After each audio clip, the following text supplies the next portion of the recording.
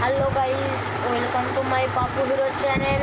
তবে 7-এর প্রথম পর্যায়ে মূল্যবান একে স্কুল এবং দুই স্কুল দেখাতে চলেছি এবং তার উত্তর সহ দেখাতে চলেছি। তাহলে দেখুন, প্রথমে বলেছে কবি বঙ্গভূমির প্রতি কবিতায় প্রার্থনা জানিয়েছেন, এটা করবেন গয়ের দাগের অমরতা। তারপরে বলেছে রামকিঙ্কর শান্তিনিকেতনে প্রথম কোন বিষয়টি শুরু করেন, ওয়েল পেন্টিং। তারপর বলেছে পদ্য কোনটি স্তম্ভব শব্দ, এটা হবে কানাই। তারপর একটা বলেছে ধামাঢোল কোন ধরনের শব্দ, এটা হবে তৎসম শব্দ। তবে তারপরে দুয়ের দিকে চলেছি, দুয়ের দিকের এক একটা বলেছে মাতৃভাষা কবিতায় কবি কে তর্জমা করেন, মাতৃভাষা কবিতায় মল্লিকা উইদ্দিন তর্জমা করেন। আর দুয়ের দিকে দুয়ে চলেছি, কত খ্রিস্টাব্দে রামকিঙ্কর এই শান্তিনিকেতনে যান এবং ওনার বাড়ি কোন জেলায়, ওনার বাড়ি বাঁকুড়া জেলায় এবং 1992 খ্রিস্টাব্দে তিনি শান্তিনিকেতনে যান। দুয়ের জায়গায় তিনে চলেছি, তবে বলেছে যে নিজের পিসির খোকা আসছে বলেই হিংসায় জ্বলে পুড়ে খাক হলো, কে কাদের সম্পর্কে একথায় বলেছেন। তবে দুয়ের তিনটা বলে চলেছি উত্তরটা।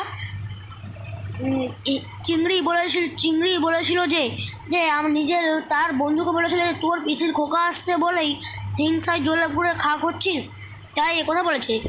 সোনাটিয়া মাকুকে প্রথম কেমন দেখেছিল, সোনাটিয়া মাকুকে প্রথম ভূতের মতন দেখেছিল।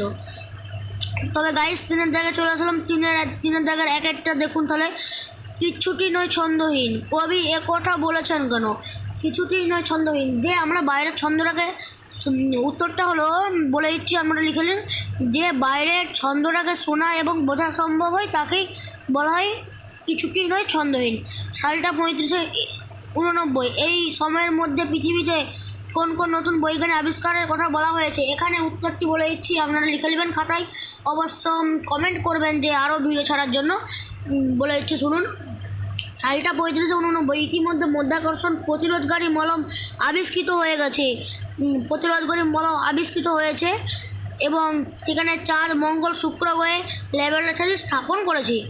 এই সবের মধ্যে কখনো নন কোপারেশন আন্দোলন এসে গেল। রামকিঙ্করের জীবনে এই আন্দোলনের কি কি প্রভাব ঘটেছিল, রামকিঙ্করের জীবনে এখানে প্রভাব ঘটেছিল।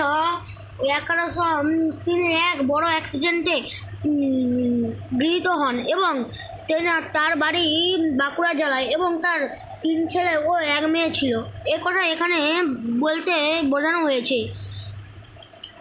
তবে আমরা চলে আসলাম 4-এর দাগের 1, স্তম্ভব শব্দ কাকে বলে, ঢাক ঢোলকে বাজানো হলে তাকে স্তম্ভব শব্দ বলে। বাংলায় ব্যবহৃত দুটি মণ্ডমাল শব্দের উদাহরণ দাও। দুটি মণ্ডমাল শব্দের উদাহরণ হলো এক ঢাক, 2 ঢোল।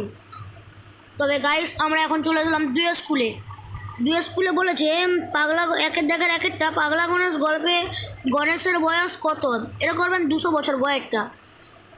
পাখি সব পরের রাতি পোহা এলো, কবিতা রচয়িতা ড্যাশ, কয়ের দাগে এর হবে আশরাফ সিদ্দিকী। হাঁসফাঁস শব্দটি হলো খাঁটি বিদেশি শব্দ, বিদেশি উপসর্গ মিশ্র শব্দটি হলো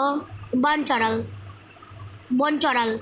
এটি করবেন। এতটা অবধি আমাদের ভিডিও ছিল এবং কমেন্ট করবেন আরও লেখার জন্য।